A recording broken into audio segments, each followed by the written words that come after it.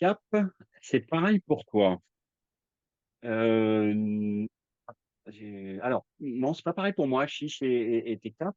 Moi, j'aime bien le chiche, j'aime bien l'invitation, donnée aux autres et l'idée d'accompagner. Pour moi, chiche, ça veut dire effectivement, «Vas-y, on y va» et c'est assez résonnant avec les choses qui m'animent, profondément, à savoir, essayer de révéler les personnes, à elles-mêmes. Et alors pour faire un autre rebond, chiche et TCAP pour moi, c'est pas complètement pareil. TCAP, c'est presque une injonction à et ça laisse la personne seule, tandis que le chiche, je trouve que, ça permet de se mettre, aussi avec et donc du coup, d'accompagner et ça, c'est vraiment ce que j'aime faire. La maison des océans, tu y noies ou tu y vogues? Alors la maison des océans, ça me rappelle un événement assez marquant pour moi, c'était l'année dernière.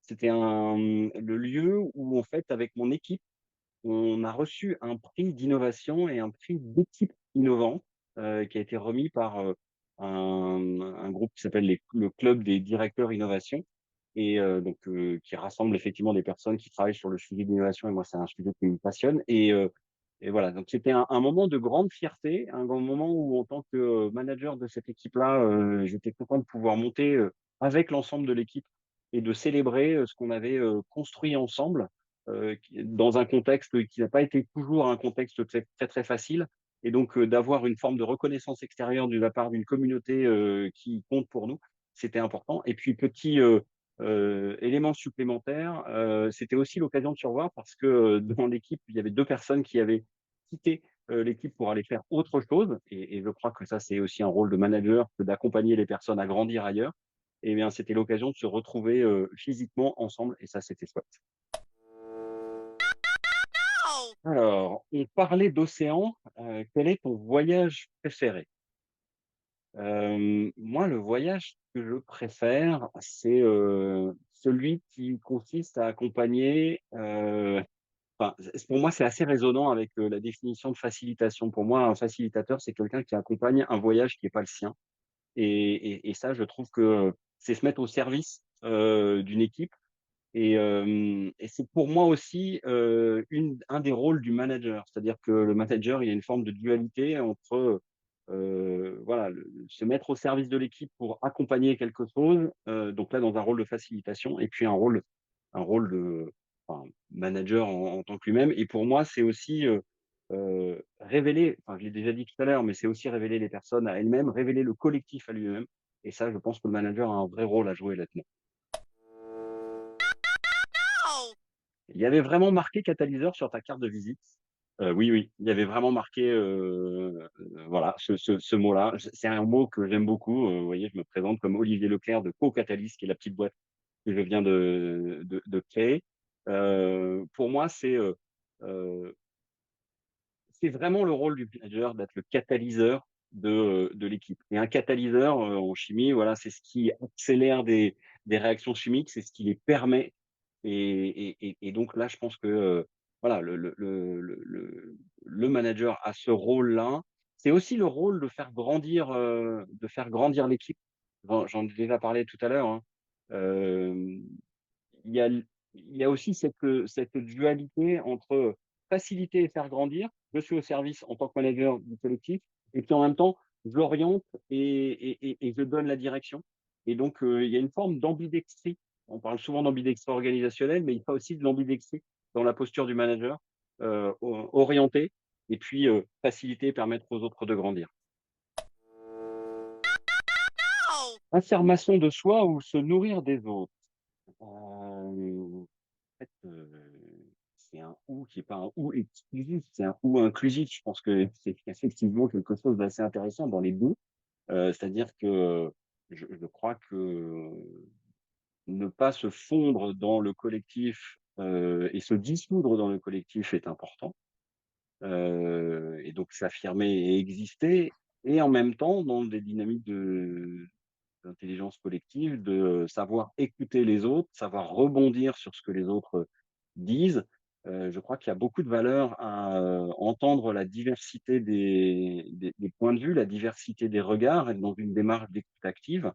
Voilà, pour moi, c'est effectivement pas, quelque chose d'exclusif, c'est quelque chose d'inclusif au sens, à différents moments, s'affirmer et savoir écouter. Et c'est exactement la démarche dans laquelle on a été quand on a, écrit le bouquin à 4 enfin, à 8 mains, enfin, je sais pas si on a les autres tapaient avec 2 mains, moi je tapais avec une seule main. En tous les cas, à plusieurs mains.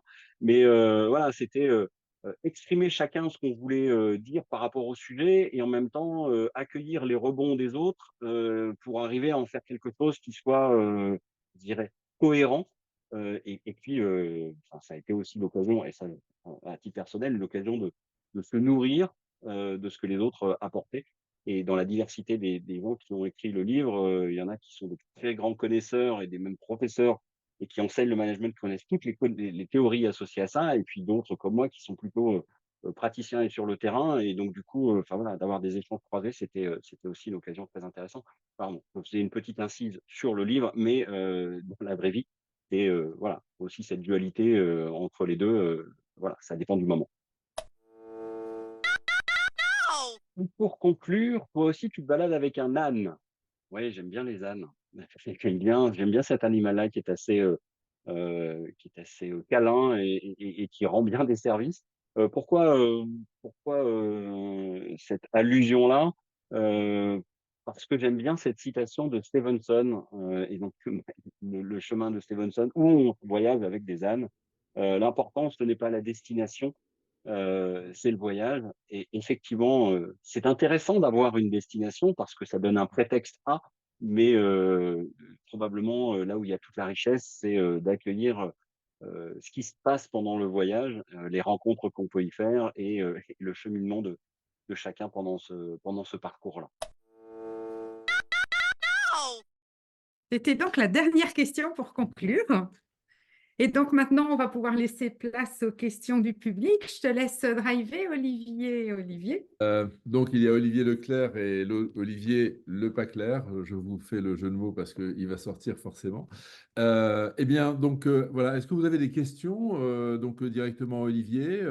Est-ce qu'on a prévu un espace dans Klaxoon pour ça, Nathalie? Non, dans le chat, par contre, il n'y a pas de Dans le souci. Je chat. vais afficher sous mon nez. Oui, et ben donc posez vos questions directement dans le chat.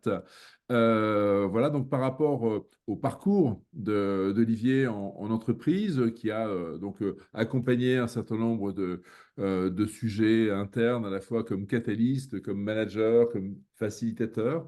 Voilà, quelles sont un petit peu ces prises de recul, voilà, comment vous avez envie de le questionner, notre invité d'aujourd'hui. À l'écran, je ne sais pas si on a prévu la diapo, mais le livre qui a été écrit, parce qu'on y a fait allusion à plusieurs reprises, est-ce qu'on a le livre à l'écran? Tu as beaucoup Absolument dit pas. que le Mais je livre peux à faire l'écran. l'écran si tu veux. Alors, on met le livre à l'écran en mode Merci Nathalie. public, et donc je vais te mettre en avant pour tout le monde. Voilà le livre. Donc, avec donc Olivier Bassot, Aziz Djendil, Olivier Leclerc et Jean-Luc Perdriel, Management, fondements et nouvelles pratiques.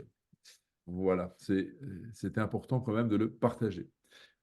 Est-ce que, donc, voilà, question d'abord d'Éric Legrand. Quelle est la place de l'innovation dans l'animation d'une équipe face aux exigences opérationnelles? Vaste question, merci Eric.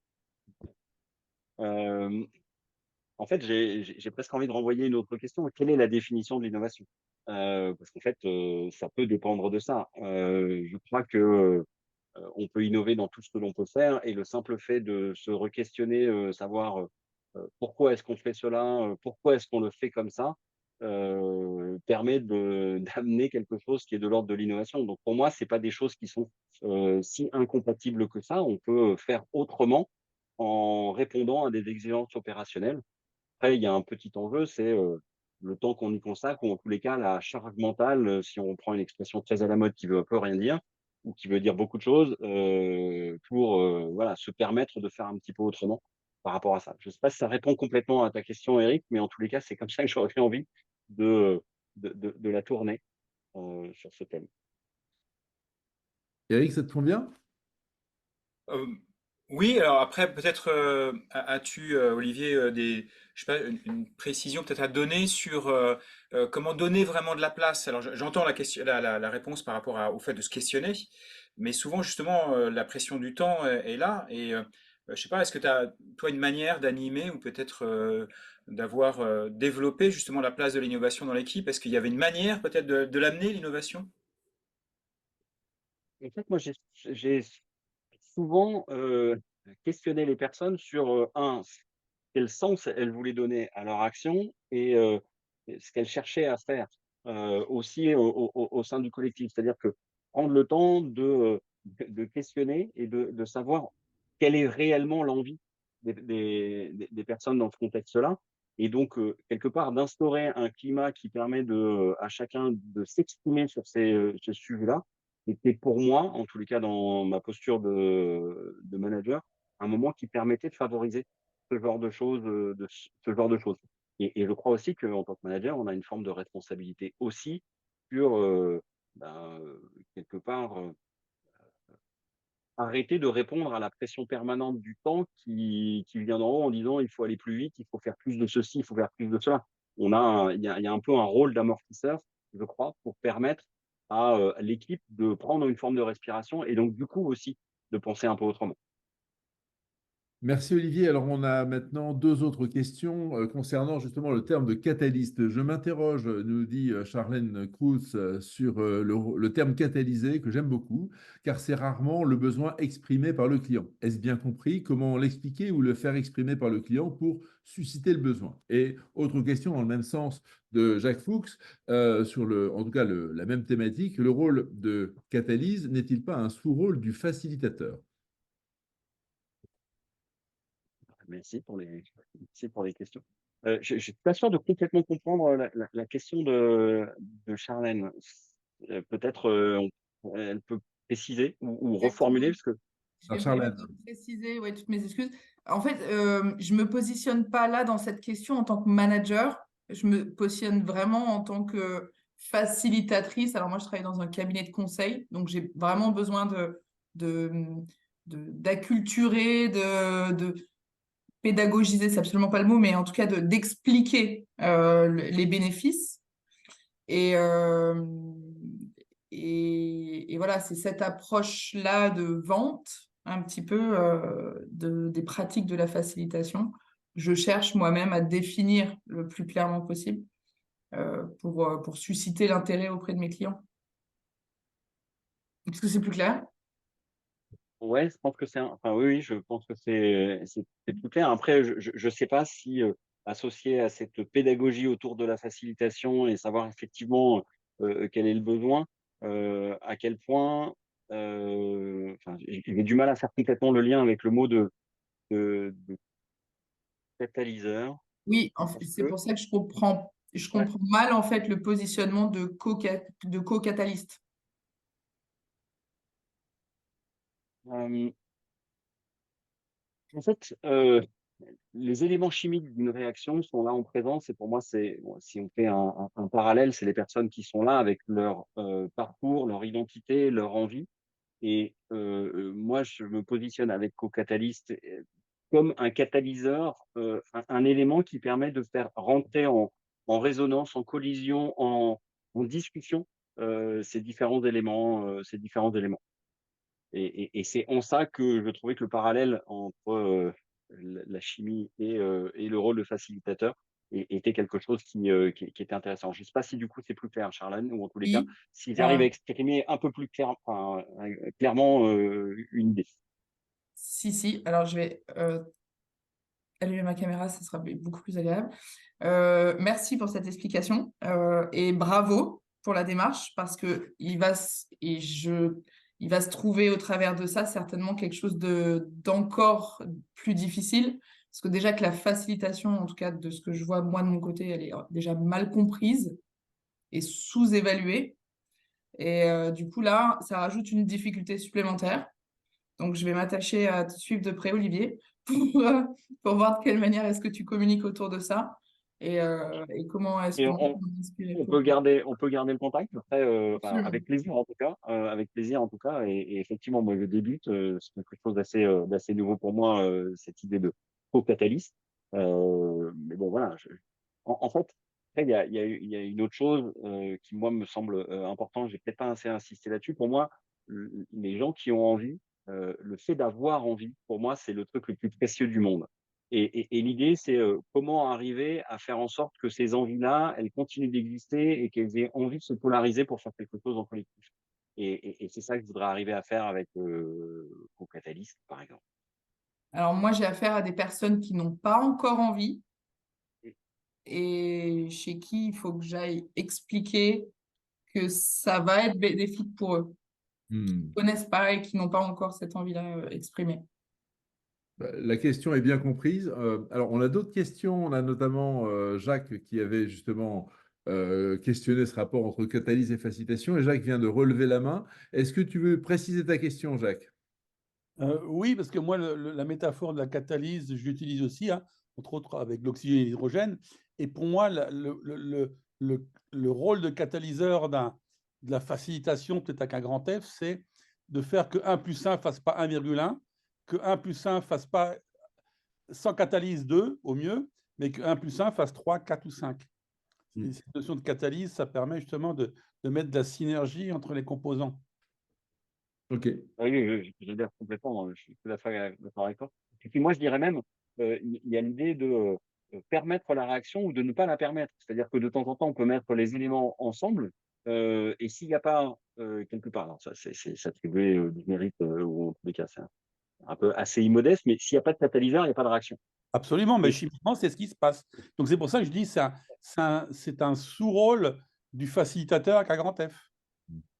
Entre autres, du facilitateur de transformation. C'est-à-dire, si on veut transformer une équipe ou une organisation et pas simplement faciliter des comportements et que ça fonctionne bien, donc d'être sur le niveau comportement, mais si on veut transformer sur tous les niveaux, y compris jusqu'au culturel et au-delà, on a besoin de catalyser pour que la réaction soit complète et que les choses se passent. Il y a un travail d'alchimie qui, pour moi, est une synergie entre de l'art et de la science.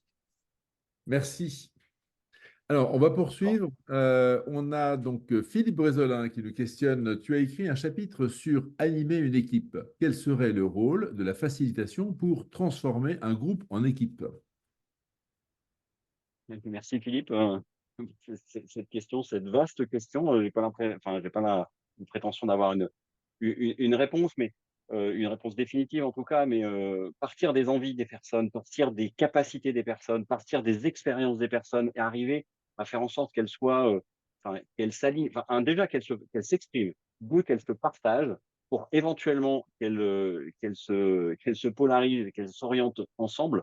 C'est pour moi les éléments les plus essentiels et c'est pour moi ce qui va faire que un groupe de personnes va se transformer en une équipe parce que il y aura eu ce partage-là, parce qu'il y a eu cet échange-là, parce qu'il y aura eu les conditions de la confiance qui, pour moi, sont absolument essentielles dans l'idée de créer une véritable équipe. Merci. Alors, Karen de Maison nous questionne de manière pratique, quelles sont les méthodes et les outils clés à utiliser pour ce manager facilitateur? Ouais, il y en a beaucoup des outils, tous les outils de la facilitation qui permettent effectivement de faire en sorte que chacun puisse s'exprimer, chacun puisse, voilà, et arriver à construire ensemble en, je dirais, en vérité les choses sont pertinents. Après, il y a la dimension du temps, c'est-à-dire que la confiance, c'est pas parce que tu as un exercice ensemble et que d'un seul coup on a confiance, il y a la dimension du temps qui est pour moi essentielle, la dimension de euh, une forme de, je ne sais pas si le mot persévérance va bien, mais en tous les cas, de continuité à avoir là-dedans. Et puis, quelles que soient en fait les conditions autour de l'équipe, savoir une forme de, de, de point fixe au sens de repère est assez essentiel. C'est-à-dire qu'il y a une forme de cap et il faut peut-être un peu garder le cap autour de ça. Merci. Alors, s'il y a d'autres questions, alors moi je vais me. Merci, dit Karen. Alors, moi je vais en poser une très simple. Toi qui es fréquemment dans les grandes organisations, tu y rentres, tu les quittes, tu y reviens. Aujourd'hui, est-ce que dans ces périodes un peu tendues, tu sens la posture de manager facilitateur progresser parce que c'est important d'être davantage dans l'intelligence collective, ou est-ce que les stress ambiants font en sorte que finalement ces aspirations un petit peu régressent? Est-ce que ça progresse ou ça régresse? Pas la prétention d'avoir une vue globale, merci de me prêter ça, Olivier. Euh, je pense que ça dépend vraiment des organisations, ce genre de choses. Pour celle que j'ai pu voir et la dernière que j'ai quittée il n'y a pas très longtemps, j'aurais malheureusement envie de dire que, que ça diminue. D'accord. Voilà, après, c'est pas pour ça qu'il faut se décourager, c'est pas pour ça qu'il faut pas continuer à pousser, c'est pas pour ça et ne pas se lancer là-dedans. Mais il y a encore besoin de pas mal d'évangélisation et d'explication sur les bénéfices de ce type de posture-là, qui pour moi sont assez aussi reliés avec l'idée du lâcher prise de l'organisation. C'est-à-dire que si on veut absolument tout contrôler, avoir un manager facilitateur, c'est probablement quelque chose qui est pas simple à accepter. Hmm. Merci beaucoup pour ces éclairages parce qu'effectivement, on est tous un petit peu conscients de tiraillements en ce moment. C'est aussi pour ça que c'est extrêmement important, nous tous, facilitateurs ici, de se réunir et de parler un petit peu des évolutions, des prises de conscience et pour aussi être peut-être plus fort chacun dans nos rôles, qu'on soit intervenant indépendant ou que l'on soit en situation interne, hein. Je pense que c'est important de savoir effectivement éclairer la puissance de la facilitation dans les situations dans lesquelles nous sommes aujourd'hui. Est-ce qu'il y a d'autres questions? Parce qu'on va peut-être terminer la partie questions, Nathalie. Plus d'autres questions ou plus de questions éclairées? Peut-être une dernière question de Wided. Selon vous, Olivier Leclerc, quels sont les challenges du manager facilitateur dans les prochaines années avec la progression de l'utilisation de l'IA? Voilà, grande thématique, l'IA. Merci Walid, cette question. Effectivement, très corrélée à l'actualité. Je pense que l'IA peut être effectivement un appui. Après, je ne suis pas certain que ça remplace, ou en tous les cas que ça remette fondamentalement en question les échanges humains et l'alchimie humaine qui se passe entre une équipe, un manager, entre un facilitateur et un collectif. Et je ne suis pas certain qu'aujourd'hui, l'IA, même avec beaucoup de possibilités, euh, se substitue à l'intérêt d'un groupe d'échanger et de travailler ensemble. Voilà, après, c'est probablement très courte vue et pas forcément complètement pensé à tout ça, mais ce technocentrisme autour des outils m'embête un petit peu, en fait, pour être très honnête, et je ne suis pas certain que ça remplace absolument tout, et que moi, en tant qu'humain, j'ai envie que ça remplace des choses. Merci, merci beaucoup Olivier. En tout cas, l'IA, c'est un sujet qui nous questionne et qui préoccupe beaucoup d'acteurs. Et ce serait intéressant d'avoir peut-être un jour un off. En tout cas, je ne serai pas celui qui le porterait immédiatement, mais s'il y en a parmi vous qui se sentent un point de vue, une expertise, une pratique, une expérience sur le sujet, ce serait peut-être effectivement très intéressant dans 2 mois, 3 mois, d'avoir un off programmé au sein de France Facilitation. Ah, il y a une toute dernière question. Quelles seraient les limites du manager facilitateur? Puis après, on va passer à la suite. Olivier. Alors, ouais, mais quelles sont les limites pour le manager facilitateur? Bah, le fait qu'il s'y retrouve.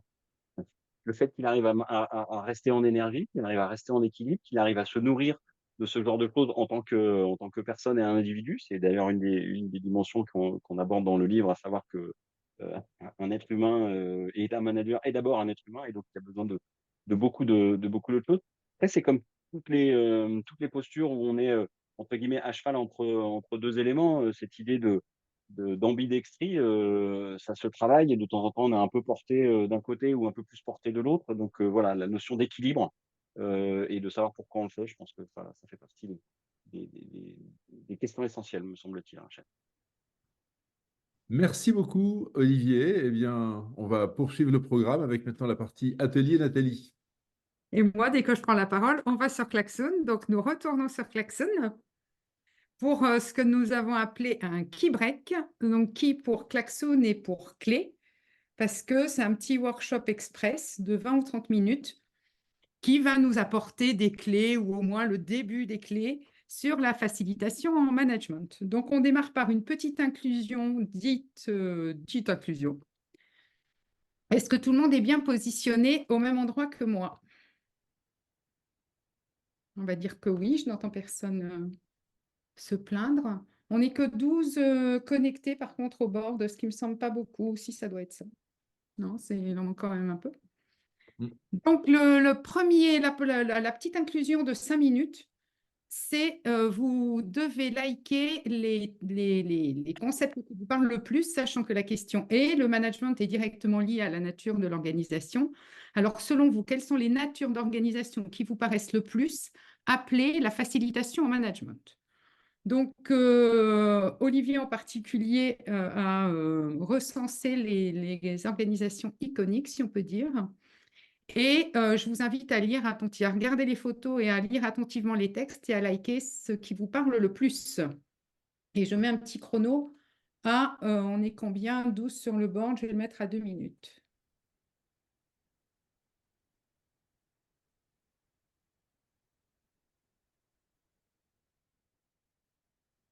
Alors, si je passe en bleu les post-it les plus likés, on a donc, c'est un collectif d'individus évoluant en intelligence collective. 8 likes, c'est un voyage collectif avec de l'inattendu, une aventure collective. Et ensuite, j'ai 6 likes que je vais passer en vert. C'est un collectif qui s'engage sur la résolution des défis de la planète pour avoir un impact positif maximum. Et c'est une équipe qui gagne ensemble. Et normalement, ah non, j'ai un 6 là aussi. C'est une dynamique pour délivrer valeur et impact au présent et se transformer vers l'avenir. Donc là, je vais dire Olivier, un commentaire et vous vous débrouillez à tous les deux. Je vais démarrer. Effectivement, les formes d'organisation qui sont les plus souples, les plus fluides, appellent plus naturellement la facilitation et l'intelligence collective, surtout quand c'est inclus dans le titre que c'est un collectif d'individus évoluant en intelligence collective, ou quand il y a effectivement un projet qui est fort, comme les défis de la planète pour avoir un impact positif ou la notion de solidarité d'équipe. Après, effectivement, plus on va vers la rigidité, donc la hiérarchie, un système ordonné, un processus, on sent effectivement que, ben oui, la facilitation est peut-être possible, nécessaire, mais c'est moins naturel. On sent que ça va être un effort un peu plus poussé. Olivier, je te laisse la parole. Est-ce qu'il y a des organisations que tu as déjà vécues là-dedans ou est-ce que c'est caricatural? Non, non, non, je ne crois pas que ce soit caricatural, Olivier. Il y a des organisations qui fonctionnent comme ça. Et beaucoup de collectifs associatifs. Moi, si je fais référence à la dernière association dans laquelle j'étais, les activateurs, ça fonctionnait un peu comme ça. Et je pense que enfin, il y a beaucoup d'éléments associatifs qui fonctionnent sur cet ordre-là. Je voulais juste réagir sur ce qu'il n'y a pas eu beaucoup. C'est bosser avec des gens cool pour vivre des moments fun. C'est probablement pas la finalité, mais c'est probablement quelque chose qui est quand même recherché et quand même un moteur intéressant de tout ça. Et donc, je comprends qu'on n'ait pas collectivement mis beaucoup de likes sur celui-là, mais passer du temps cool ensemble enfin voilà, cette dimension de trouver du plaisir, c'est quand même un élément intéressant. Alors, oui, c'est un élément intéressant, mais on peut peut-être penser aujourd'hui qu'on a passé quelques années, depuis les années 2015-2017, avec les Chief Happiness Officers qui étaient un peu partout, parce que si effectivement le collectif ne se définit que par ça, si c'est peut-être que il y a quelque chose qui colle moins à l'actualité aspirationnelle d'aujourd'hui, même si ça a été très fort à un moment. Ouais, non, mais je suis tout à fait d'accord avec ça. Je dis juste que trouver du plaisir à travailler avec d'autres est un élément important. Ce n'est pas nécessairement une finalité totale, même si on aspire tous à ce que dans notre boulot, ça soit plutôt cool. Voilà, mais je trouve que c'est une dimension importante en driver. Ça peut pas être une finalité complète, mais parce que c'est pas nécessairement là qu'on trouve le plein sens, mais c'est une dimension associée. Après, effectivement, les organisations, c'est parfois un mix de plusieurs de ces cartes. C'est jamais une carte unique.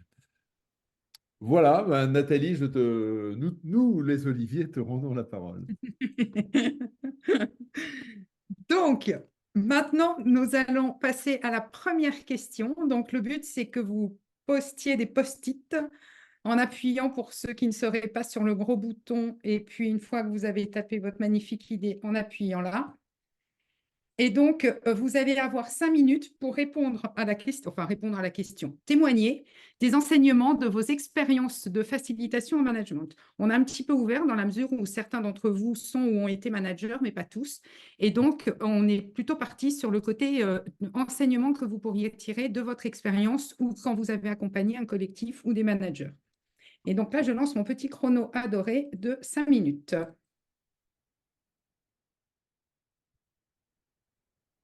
C'est rare qu'on ait plus de place.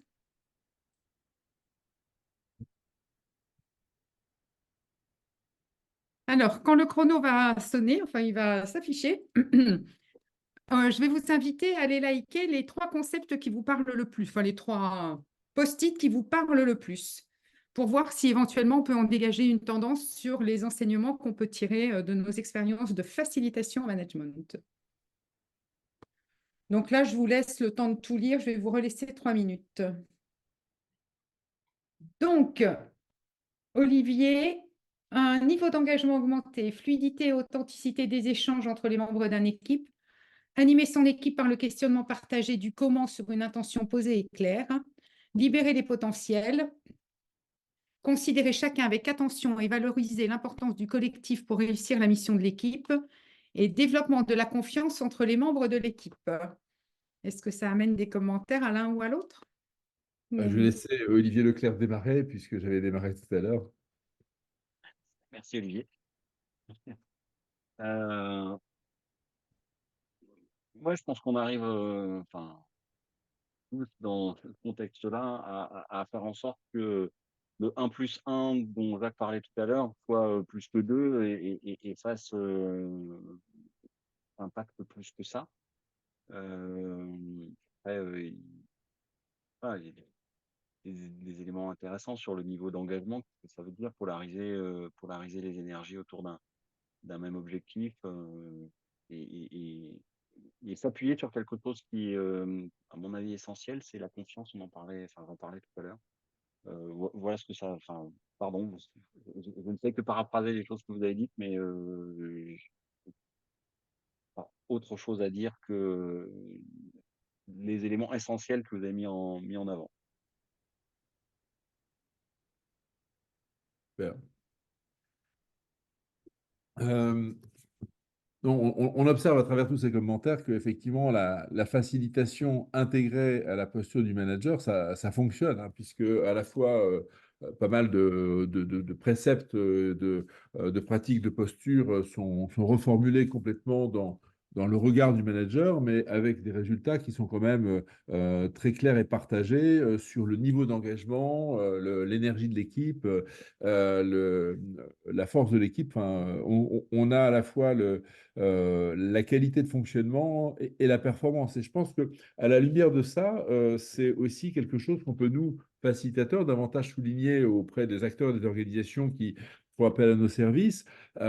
C'est pas du confort seulement, la facilitation, parce que c'est plus cool d'être intelligent ensemble. Non, c'est absolument nécessaire dans les périodes que l'on vit d'avoir des équipes plus engagées, d'avoir des équipes plus performantes, d'avoir des résolutions de conflits et en même temps de l'attention à chacun qui soit formulée. Donc c'est effectivement extrêmement intéressant d'avoir cette lecture de toutes vos contributions sous les yeux. C'est pas l'œuvre d'une seule personne, c'est l'œuvre de vous tous. Et on voit même qu'en intelligence collective, on arrive à produire très vite des sujets très pertinents. Donc là aussi, la facilitation en mode digital, ça peut être très intéressant pour traiter des sujets d'équipe comme ça en distanciel. On fera d'ailleurs, je pense, Nathalie, tu en parleras, un off dédié à la facilitation digitale assez bientôt.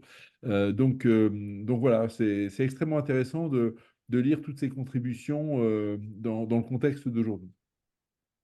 Exactement. Donc, on va pouvoir enchaîner brillamment. Oh, il y a un petit post-it qui s'est perdu. Ah. On va pouvoir enchaîner brillamment avec Il n'avait pas de like. Les bonnes pratiques de facilitation, quelles bonnes pratiques, pardon, de facilitation en management vous recommanderiez? Donc, même jeu, même minuteur à 3 minutes. Et voilà, le temps est fini. Est-ce que c'est bon au niveau des post-it? Vous pouvez toujours en rajouter, ceci dit, hein. Le chrono, il ne sait pas ce que vous faites, hein. Et je vais vous laisser, il y en a moins, 2 minutes. Oui, c'est bon, on est dans les temps. 2 minutes pour liker comme tout à l'heure, pour qu'on voit s'il peut s'en dégager 3 bonnes pratiques pour ce soir, à l'instant T. Quelles bonnes pratiques on pourrait en retirer. Voilà, les commentaires sont prêts à être entendus. Quel Olivier démarre en premier? Allez, je me lance. Bah, on a déjà toutes les bonnes clés d'une dynamique, hein. On le sent bien. La facilitation, c'est pas que des outils, c'est un ensemble, c'est une suite. Donc, voilà, démarrer par des temps d'inclusion, c'est important que l'équipe se sente être une équipe et que chacun s'y sente partie prenante. Et il y a des enjeux d'architecture, d'équilibre général et la notion de rituel d'équipe choisie collectivement, ça c'est extrêmement important pour aussi vivre une fluidité, une dynamique collaborative continue et que chacun soit co-responsabilisé autant sur le contenu, ce qu'on a à faire, que sur son contenant, sa manière de s'auto-manager finalement. On passe du manager qui sait manager à l'équipe qui sait se manager et le manager facilitateur, c'est celui qui crée ces conditions-là. Donc, en fait, il prend un rôle de plus et il ouvre beaucoup plus l'espace à l'équipe. Voilà, d'où la délégation, pour finir, des rôles clés, des rôles en réunion d'équipe. Finalement, ce n'est pas que en réunion dans l'absolu, c'est dans la vie de l'équipe, le manager délègue des rôles. Voilà, je crois que c'est ça qui est peut-être important à retenir de votre sélection. Si je puis me permettre, Olivier. Oui, je suis tout à fait d'accord avec toi. Je crois que, enfin, moi, j'insisterais sur le bon équilibre entre le processus cadré et la souplesse. C'est-à-dire qu'accueillir l'émergence, effectivement, c'est essentiel et c'est là que chacun peut se sentir impliqué. Et en même temps, n'oublions pas qu'un processus relativement cadré, et je pense qu'il faut mettre plein de guillemets, c'est aussi un élément qui est un élément de réassurance. C'est-à-dire que quand on est dans l'émergence permanente, ça peut parfois être insécurisant pour des membres de l'équipe. Donc, avoir cette souplesse et encore une fois, cette dualité entre, OK, il y a un cadre, et puis on se laisse la souplesse d'accueillir, je pense que ça peut avoir un certain nombre de mérites. Et enfin, voilà, je voulais juste compléter, Olivier, par rapport à ce que tu as dit, et j'adhère à 100% sur l'idée que chacun se sente accueilli et qu'on puisse collectivement définir des moyens de fonctionner. Voilà, et après, je rajouterais que cette sélection de 4 idées est assez partielle par rapport à tout ce qui a été produit de qualité au-dessus. Donc, moi, je nous inviterais à quand même reboucler sur l'ensemble qui était quand même assez inspirant. Voilà, donc merci à tous pour votre contribution ici.